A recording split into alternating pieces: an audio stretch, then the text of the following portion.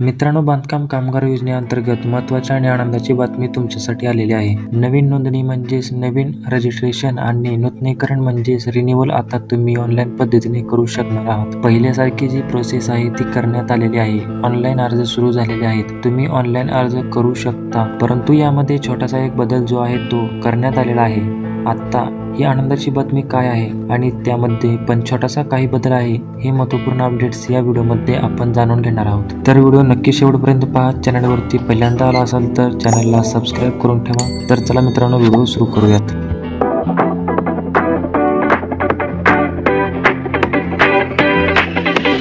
तर मित्रांनो, तुम्ही पाहू शकता MahaBOCW.in या ऑफिशियल वेबसाईटवरती आल्यानंतर इथे आहे ते नोटीस खाली लावण्यात आलेली आहे. काय नोटीस आहे ही आपण थोडक्यात जाणून घेऊयात. तर इथे पाहू शकता, मंडळाच्या आदेशानुसार दिनांक 5 फेब्रुवारी 2025 पासून तालुका सुविधा केंद्रात डेटा एंट्रीचे काम बंद करण्यात येत आहे.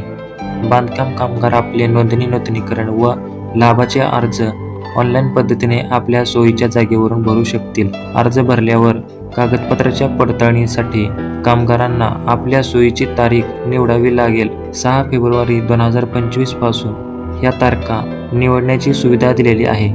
निवडलेल्या तारखेस मूळ कागदपत्रासह निवडलेल्या सुविधा केंद्रात हजर राहावे लागेल. ठरलेल्या तारखेस व ठिकाणी हजर न राहिल्यास अर्ज नामंजूर करण्यात येतील. लाभाच्या कागदपत्राच्या पडताळणीसाठी जागा व तारीख निवडण्याबाबत ज्या लोकांनी IWBMS प्रणालीमध्ये कागदपत्राच्या पडताळणीसाठी अगोदरच तारीख घेतलेली आहे, त्यांची ती तारीख रद्द करण्यात आलेली आहे. आता ते कामगार भरलेल्या लाभाच्या अर्जाच्या कागदपत्राच्या पडताळणीसाठी दिलेल्या लिंकवरून नवीन तारीख निवडू शकतात. रद्द झालेल्या तारखेऐवजी नवीन तारीख निवडण्यासाठी चेंज क्लेम अपॉइंटमेंट डेट ह्या बटनावर क्लिक करावे. सिस्टीम तुम्हाला तुमचा नोंदणी क्रमांक विचारेल.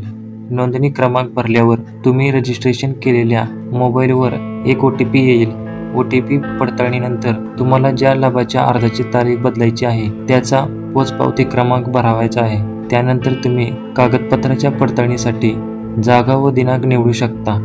त्यानंतर अर्ज प्रणालीमध्ये सबमिट करू शकता. तर अशा प्रकारची कागदपत्राच्या पडताळणीसाठी जागा व तारीख निवडण्याबाबत हे परिपत्रक आहे. अशा प्रकारचा महत्त्वपूर्ण बदल आहे तो करण्यात आलेला आहे. व्हिडिओ आपल्या मित्रांना शेअर करा आणि सबस्क्राईब करा. तर अशा प्रकारे महत्त्वपूर्ण अपडेट होतील. धन्यवाद.